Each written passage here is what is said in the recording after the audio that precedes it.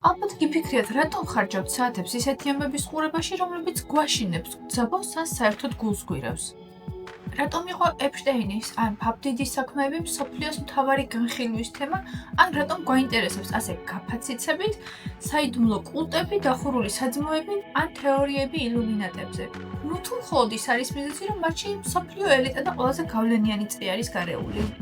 რა თქმა უნდა, ერთ-ერთი მიზეზი ესეც არის, თუმცა ასე თუ ისე პოლიტიკური სკანდალები ყოველდღე ხდება, მაგრამ ჩვენს განსაკუთრებულ ინტერესს მაინც ისეთი ამბები იწვევენ, რომლებიც განსაკუთრებულად ბნელი, ამოუხსნელი და თითქოს წარმოუდგენელია ჩვენი გონებისთვის. აი მაგალითად, დამღლელი დღის შემდეგ რამდენჯერ ჩაგითავთ საშინელებათა ფილმი, იმის ნაცვლად, რომ რაიმე კომედიისთვის ან სათავგადასავლო ჟანრის ფილმისთვის გეყურებინათ. მე მაგალითად მილიონჯერ. მაშ რატომ ვეძებთ დისკომფორტს იქ, სადაც წესით სიმშვიდეს და კომფორტს უნდა ვეძებდეთ? თუ შესაძლებელია, სიმშვიდე იპოვო იქ, სადაც ქაოსი და სისასტიკეა. მოდი გავარკვიოთ მაინც რას ამბობს ეს უცნაური მიზიდულობა ჩვენზე. ამ საინტერესო პარადოქსს ნაწილ-ნაწილ ჩავუღრმავდეთ და ვნახოთ რა გამოვა. ამისათვის კი პირველ რიგში ჩვენს სხეულს დავაკვირდეთ, რადგან ის, რაც ჩვენს გონებაში ხდება, ყოველთვის პოულობს ფიზიკურ გამოძახილს და პირიქით ჩვენი ფიზიკური მდგომარეობა ყოველთვის რეზონირებს ჩვენ შთაბეჭდილებებსა და აზრებზე. გავარკვიოთ რა ხდება ჩვენს ორგანიზმში, როდესაც ეკრანზე რაღაც საშინელებას უყურებთ. როცა ეკრანზე საფრთხეს ხედავთ, ჩვენი სხეული ამას პირდაპირ საშიშროებად აღიქვამს. თირკმელზე და ჯირკვალი გამოყოფს ეპინეფრინს, ანუ ადრენალინს, გული აჩქარებით ცემს, სუნთქვა ხშირდება, გუგები ფართოვდება, მაგრამ ამავდროულად გონებამ იცის, რომ შენ უსაფრთხოძი ხარ დივანზე და ჩაისწრუფა. შესაბამისად, საფრთხე არარეალურია. როგორც კი საშიშის სცენა მთავრდება, ჩვენი ტვინი გამოყოფს დოფამინს, ანუ სიამოვნების ჰორმონს, რაც არის ერთგვარი ბიოლოგიური ჯილდო იმისთვის, რომ გადავრჩით და საფრთხე ჩვენს მიღმა დარჩა. ესაა უსაფრთხო შიშით გამოწვეული ეიფორია, რასაც ძალიან ჟარგონულად ადრენალინის კაიფსაც ეძახიან. ეს ხდება ვიდეო თამაშების თამაშისას, განსაკუთრებით survival horror ჟანრის ვიდეო თამაშების დროს, როცა ექსტრემალური სპორტით ვართ დაკავებული, მაგალითად როგორიც არის პარაშუტით ხტომა, როდესაც ატრაქციონზე ვზივართ, ან როგორი უცნაურიც არ უნდა იყოს, როდესაც ძალიან ცხარე საჭმელს ვჭამთ. ასეთ დროს რეცეპტორები ტვინს სიგნალს უგზავნიან ფიზიკურ ტკივილზე, ან პირი ფიზიკურად გეწვის, მაგრამ ტვინმა იცის, რომ რეალურად დამტვრობა არ არსებობს და ეს მხოლოდ საკვებია. შესაბამისად, ტვინი ტკივილის გასაყუჩებლად ენდორფინებს გამოყოფს და ადამიანი ამით სიამოვნებას იღებს. თუმცა მხოლოდ ქიმია არაფერია იმ ფსიქოლოგიურ მოთხოვნილებებთან შედარებით, რასაც უსაფრთხო შიში გვიკმაყოფილებს. ცხოვრებაში ბევრი რამ ჩვენს კონტროლს არ ექვემდებარება. ომები, პანდემიები, პირადი დანაკარგები. ჩვენი ფსიქიკისთვის კი გაურკვევლობა ყველაზე დიდი სტრესია. მსგავსი ისტორიები კი ზოგჯერ რაღაცნაირ ემოციურ სავარჯიშოს გავს. ჩვენ შიშით ვთამაშობთ, რომ რეალური საფრთხის დროს მზად ვიყოთ თავდაცვისთვის. ეს არის მტაცებლის ამოცნობისა და მისი გონების შესწავლის მცდელობა უსაფრთხო გარემოში.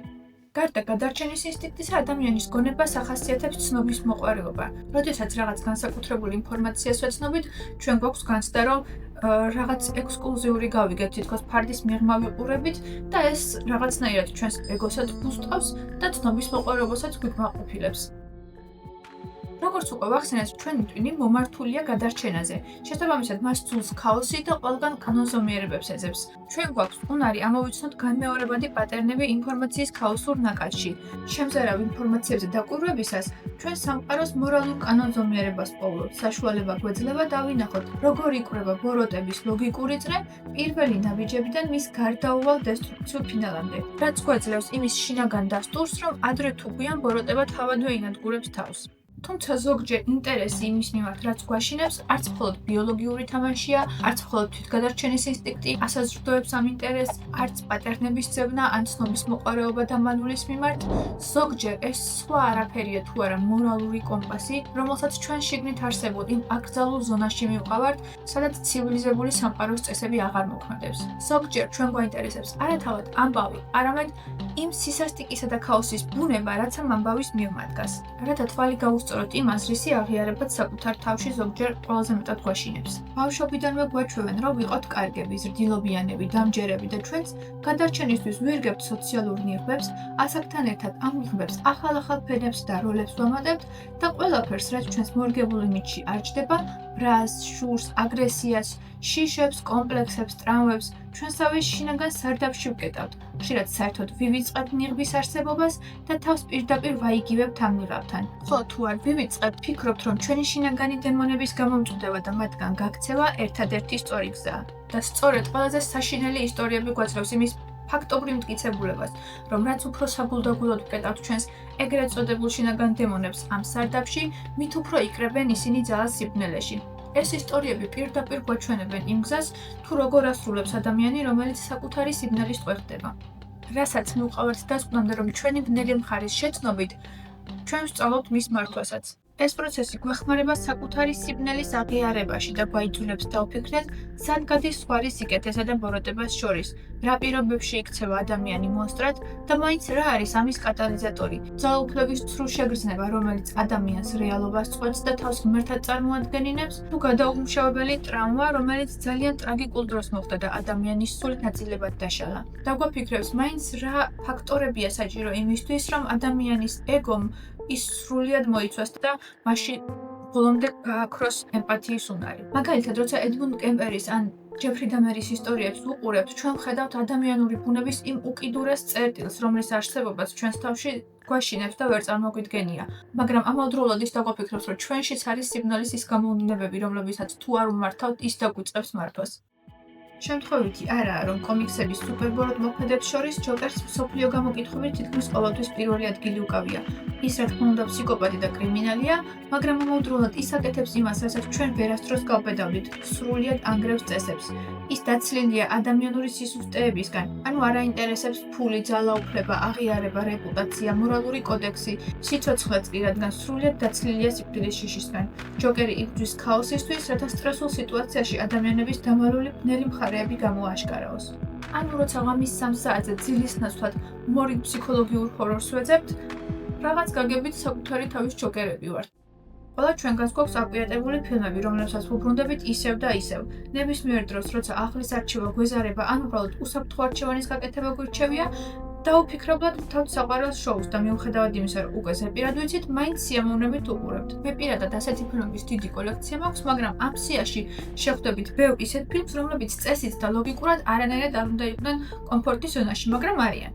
მაგალითად, წარმოუდგენელი რაოდენობით მაქვს ნანახი ari asteris Midsommar-ი და კორალი ფაჟას The Substance, მაგრამ ახლა თქვენთან ერთად განვიხილავ ფილმს, რომელმაც ალბათ ბოლო დროს ნანახ ფილმებს შორის ყველას გადაუსწრო ნახვების რაოდენობით. და ეს არის ალექს გარლანდის Men.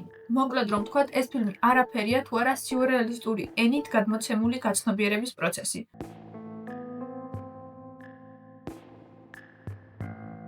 მთელი ფილმი ფაქტობრივად აბსტრაქციაა. ლოკაცია, როგორც გონება, გარემო, როგორც ფსიქოლოგიური მდგომარეობა, თითოეული პერსონაჟი, როგორც შიშის სხვადასხვა სახე, ეკო გვირაბში, როგორც გარე სამყაროს პასუხი და შობის ციკლი. ფინალში, როგორც ტრავმა, რომელიც შობს ტრავმას ისევ და ისევ, ყოველ ჯერზე უფრო მახინჯი ფორმით, მანამ არ იქცევა ცნობიერების ნაწილად.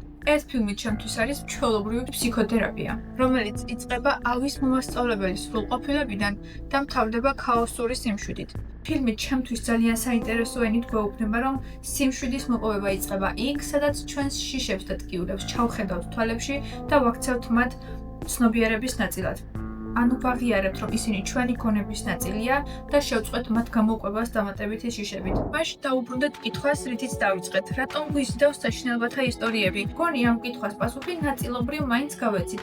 ყოველ შემთხვევაში მე ნამდვილად შევეცადე და აუცილებლად დამეწერეთ თქვენთვის, რომელი პუნქტი იყო უფრო მეტად ახლოს. ესაა უფრო ადრენალინის უსაფრთხო გზა, გარე სამყაროს შეცნობის საშუალება თავდაცვისთვის, ან ცნობის მოყვარეობის დასაკმაყოფილებლად, თუ საბოლოოდ ყველაფერი მაინც ჩვენს თავში გვატრიალებს, სადაც ჩვენი დემონები გველოდებიან, რომლებიც იცდიან, როდის ვაქცევთ მათ იმ ძალად, რომლებიც ხელახლა დაბადებისთვის გვჭირდება. თუ თემამ დაგაინტერესათ, აუცილებლად გამომიწერეთ, რადგან ეს არის ჩემი ერთადერთი мотиваცია და შევხვდებით ძალიან მალე.